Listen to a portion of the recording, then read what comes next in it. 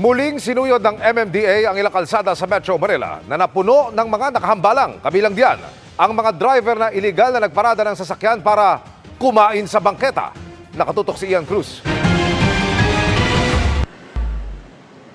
Isa-isang tiniketa ng Makati Public Safety Department ang mga sakyang nakahambalang sa gilid ng Chino Rosas Avenue Extension sa Makati sa hilerang ito na mga kainan sa tabi ng isang tulay. Ngayon lang po ako nagano dito, sir. Ngayon lang po. Di po ako taga rito eh. So, nilalang depensa, wala tayong magawa. Kasama pati ang mga pampaserong jeep na nakaparada sa gilid ng kalsada. Violation niya rito, maliwanag, obstruction, Magkakatingalan sana ako ngayon, boss, hindi ko alam sa kanila, boss. Inaantay ko lang yung lisensya ko, boss. Ang mga kainan sa lugar, di naman daw nagkukulang sa mga parokyanong motorista na paalalahanan silang bawal pumarada sa gilid ng kalsada. Sinabi ko po na doon na kayo kuya pumarada sa talagang paradahan. Ay, hindi mo ito kasi paradahan.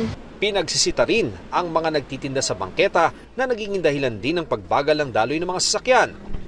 Sa tapat ng ginagawang New Senate Building sa kalapit na barangay Fort Bonifacio, Taguig, kapansin-pansin na may bakod pati ang bangketa. Ayon sa BCDA, bahagi ito ng road widening project doon na matatapos pa sa second quarter ng 2025. May anunsyo naman daw sila sa publiko na sa kabilang bahagi muna ng kalsada dumaan ang mga pedestrian. Humihingi pa kami ng tugon ng BCDA kung bakit aabutin ang road widening ng hanggang second quarter ng 2025. Sa Caloocan City, nagsagawa rin ng clearing operation ng MMDA.